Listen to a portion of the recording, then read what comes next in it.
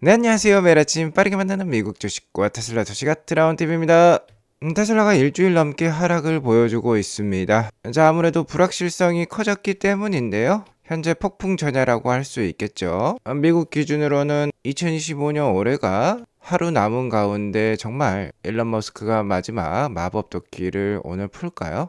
그리고 금주 금요일 1월 2일이 되겠죠. 테슬라의 4분기 인도량이 나올 예정에 있는데 테슬라 역사상 최초로 직접 공식 컨센서스를 공개하기도 했습니다. 오늘도 인사이트 가득한 소식들이 많으니까 시청하시기 앞서 구독과 좋아요 알람 설정 꼭 눌러주시기 바라겠습니다. 12월 30일 화요일 일장 마감 현황부터 간략히 살펴보고 가도록 할게요. 10년물 국채 금리라든지 유가라든지 큰 변동은 없었습니다. 2025년 연말로 들어서면서 시장에 영향을 미칠 만한 특별한 재료는 현재 없는 상황이에요. 어느 정도 방향성을 잃었다라고 볼 수 있겠는데 올해 나스닥은 무려 20% 이상 상승을 보여주었습니다. 그렇기 때문에 계속해서 어느 정도 차익 실현이 나오고 있다라고 볼 수 있겠어요. 12월 31일 올해 마지막 날을 하루 앞둔 가운데 화요일장은 이렇다 할 호재 요인이 없었습니다. 오늘은 최근 급등세를 보여주었던 마이크론도 하락세를 보여주는 등 전반적으로 차익 실현이 일어났다라고 볼 수 있겠고요. 그도 그럴 것이 S&P 500 차트를 보면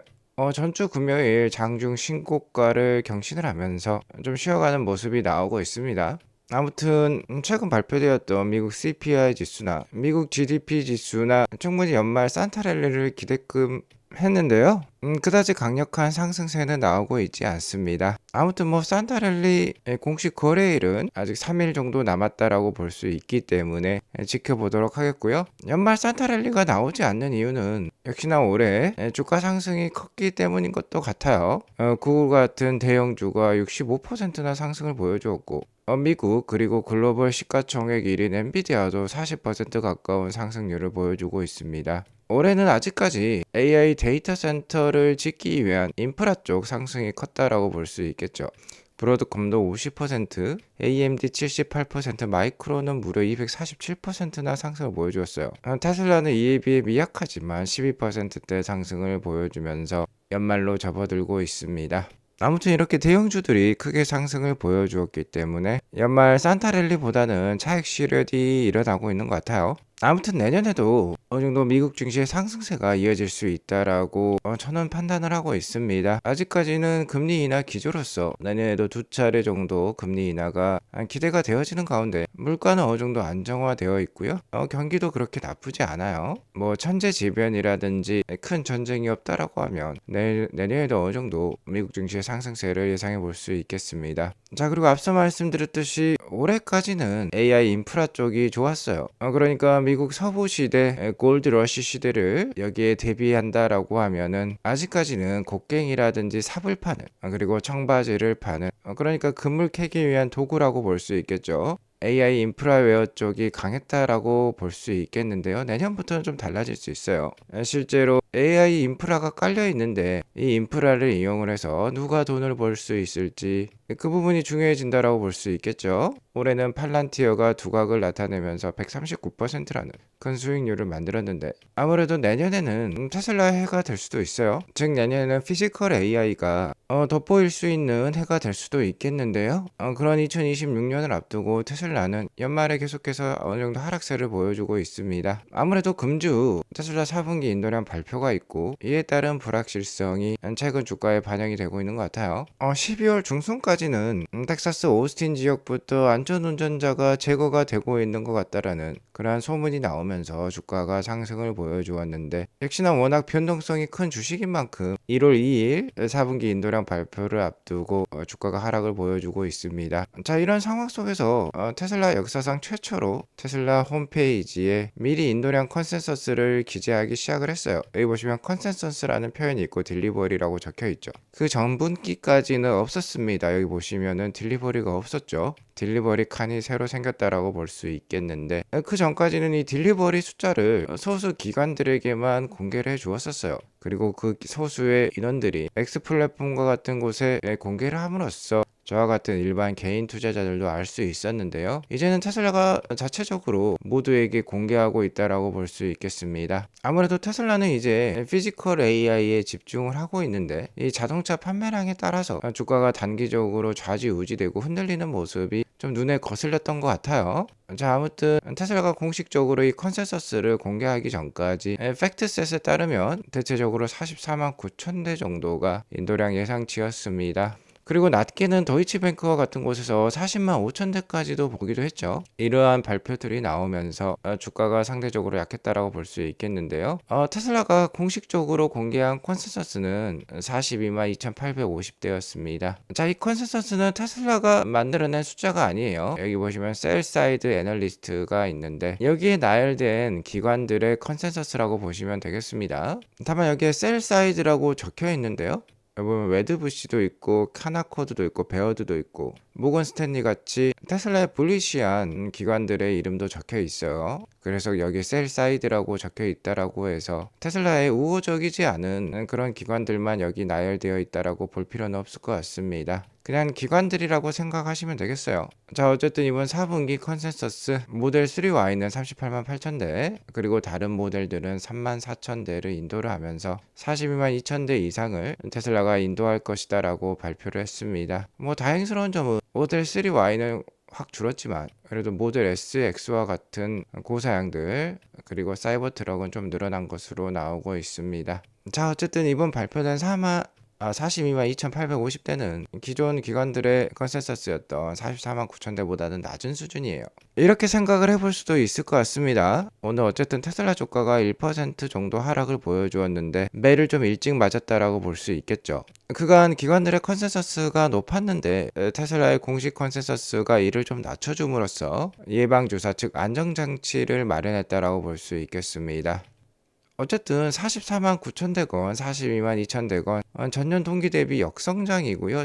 전분기 대비로도 역성장이에요. 이런 안 좋은 숫자들이 이미 어느 정도 주가에 반영이 되고 있다라고 볼 수 있겠고, 이렇게 42만 2천대로서 기대감을 낮춤으로써 이 수치를 비트할 가능성이 더 높아졌다라고 볼 수 있겠죠. 만약 1월 2일에 이 42만 3천대 수준을 넘어선다라고 하면은 주가에는 긍정적으로 작용할 거고, 이를 하회하면 부정적으로 주가에 작용할 수 있겠지만 어쨌든 이 눈높이를 낮추어 줬기 때문에 일단은 뭐 개인 투자자들에게 있어서는 긍정적이라고도 볼 수 있겠습니다. 또 그리고 하나 더 말씀드릴 수 있는 부분이 ESS 메가팩, 즉 에너지 부분 실적이 되겠는데, 전분기였던 3분기에도 최대 실적을 만들어냈죠. 12.5GWh를 납품을 했었는데, 자, 이번 4분기에는 13.4GWh로 좀 더 올랐어요. 자, 이렇게 에너지 쪽에서 어느 정도 인도량 하락분을 상쇄를 시켜준다라고 하면은 주가에 주는 악영향도 그렇게 크지 않을 수 있겠습니다. 테슬라는 2024년에 179만 대를 인도를 했었고, 올해 2025년에는 전체 인도량이 164만 대 정도가 예상이 되고 있어요. 어쨌든 170만 대를 넘기 어려워 보이는데,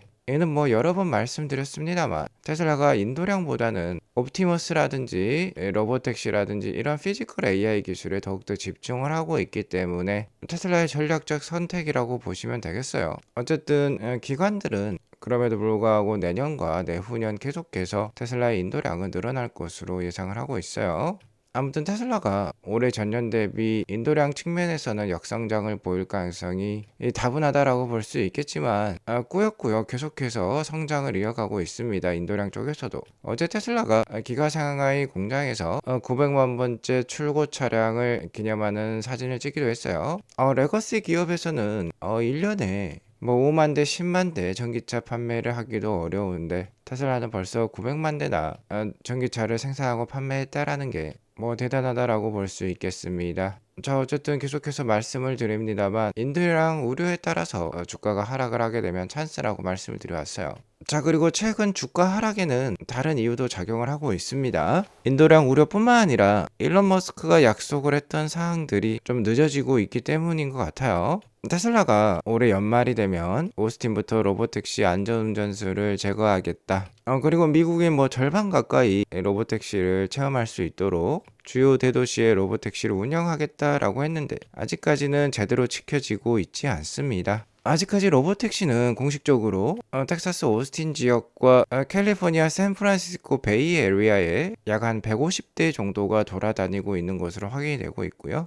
자, 어제 슬라당님에 따르면 여기 보시면 로보택시 트래커라는 표현이 있죠. 로보택시가 몇 대의 규모로 얼마나 지금 운영이 되고 있는지 실시간으로 트래킹을 해주는 앱이라고 볼 수 있겠는데요. 올해를 이틀 남긴 가운데 로보택시 특히 오스틴 지역에서 서비스가 이렇게 잠시 중단이 되었었어요. 자, 로보택시가 이렇게 100% 정도 활용이 되다가 이렇게 뚝 떨어지는 모습이죠. 0%입니다. 자, 이렇게 로보택시가 잠시 중단이 되었다라는 건 큰 업데이트를 앞두고 있다라는 뜻이 되겠는데요. 일론 머스크의 의견에 따르면 어쨌든 올해 연말까지 로보택시의 안전운전수를 없앤다라고 했었어요. 물론 그 전에 안전운전수가 없이 오스틴 지역에서 테스트되는 모습이 관찰이 되었죠.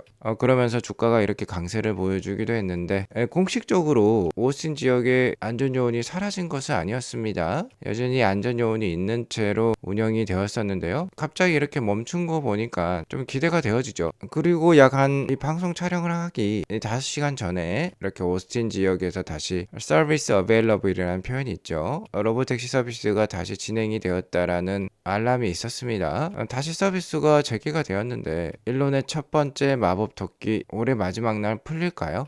즉 오스틴 지역에 안전요원이 없이 여러 대의 로보택시가 돌아다니는 모습이 나온다라고 하면은 1월 2일 인도량 발표와 관계없이 주가는 강세를 보일 수 있겠죠.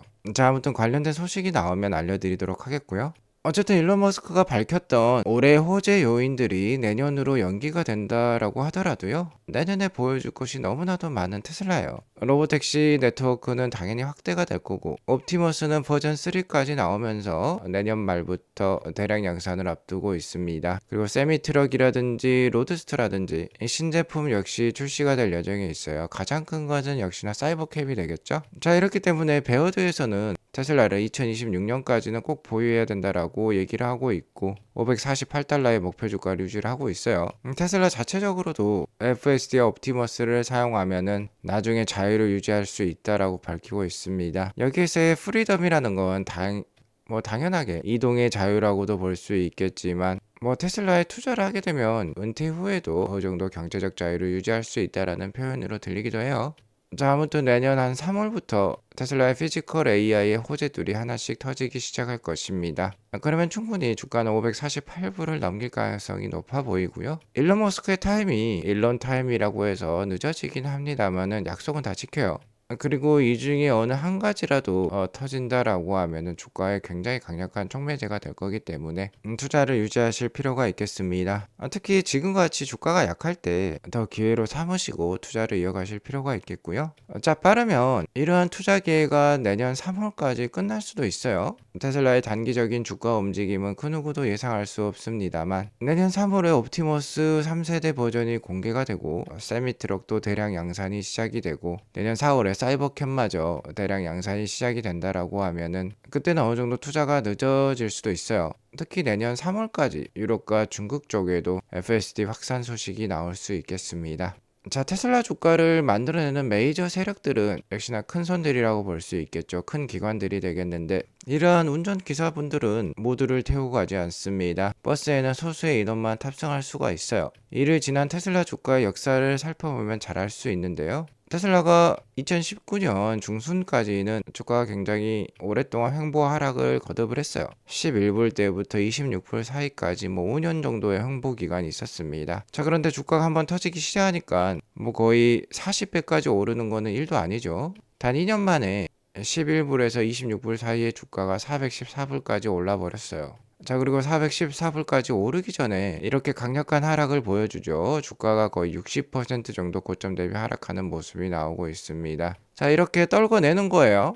진정한 테슬라 장기 투자자들의 옥석을 가린 다음에 소수의 선택된 자들만 경제적 자유의 길로 이끕니다. 자, 그러니까 지금도 마찬가지예요. 이런 강력한 호재들이 나오기 전에 주가를 한 차례 더 떨궈낼 수도 있습니다. 계속해서 아트란 TV 함께 하시면서 꼭 이 버스에 탑승할 수 있도록 마인드 관리를 잘 하셨으면 좋겠어요.